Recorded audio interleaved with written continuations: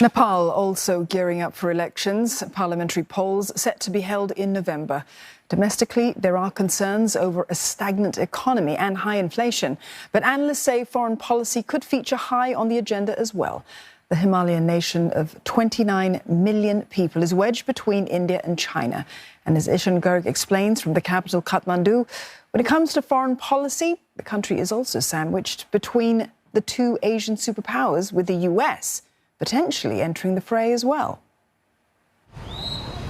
Nepal's parliamentary elections are being held in the shadow of the economic aftershocks of the COVID-19 pandemic. In June, the retail inflation surged over the 8.5%, the highest in 6 years, and it stubbornly remained above 8% since then.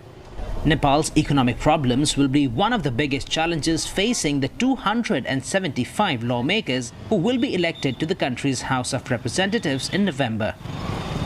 But managing the country's relations with neighbours India and China will also prove to be a critical task for the next government, as the foreign policy has already been made a hot-button issue ahead of the elections. There are many issues, but they always use the foreign policy. And for a small country like Nepal, the nationalism becomes most important. So that because it can directly, hit hard on the sentiment of the people. Prime Minister Sher Bahadur Deuba's Nepali Congress Party governs in a coalition with Maoist and socialist partners. Despite that, it is considered closer to Delhi and Western nations. Deuba's main opponent, previous Prime Minister KP Sharma Oli's Communist Party of Nepal, on the other hand, is seen to be closer to China, Nepal's biggest foreign investor. In 2019, China decided to fund 9 crucial infrastructure projects in Nepal under its signature Belt and Road Initiative. And due to its proactive involvement, analysts see Beijing as the dominant player in the Himalayan nation. But that dominance looked set to waver when Nepal's parliament finally ratified a key agreement in February. Under the Millennium Challenge Corporation, or the MCC Compact, the US pledged $500 million for road and energy infrastructure development in Nepal.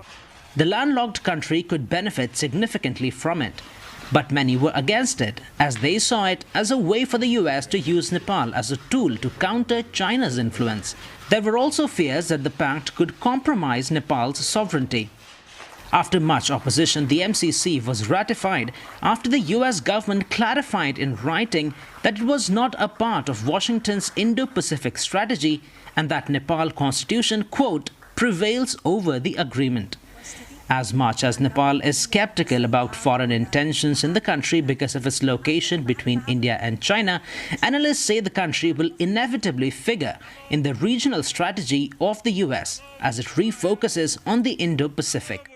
So now I think the approach that America is taking is, of course, there is a great power contestation with China, but also a recognition that America has to offer a better alternative, that America has to offer something to smaller nations like Nepal, who can then decide for themselves what they want to do. After analysts partly blamed Sri Lanka's financial crisis on expensive Chinese debt, many in Nepal have become wary of the Chinese footprint in the country. And observers see this as an opportunity for neighbouring India to bring Kathmandu into its fold. After this iconic Darbar Square was devastated by an earthquake in 2015, the US, China and Japan were among the first respondents. India jumped on the scene much later, and analysts believe it sums up how India has lagged behind other major economies in its engagement with Nepal, even though it looms large on the domestic politics. Nepal is crucial for both India and China as they try to bolster their security presence along their Himalayan borders. If Oli unseats Deuba in the upcoming elections, Nepal could move further away from New Delhi and closer to Beijing. So, its election could not only decide Nepal's relations with its neighbours, but also influence geopolitics in South Asia at large. Ishan Garg, CNA, Kathmandu.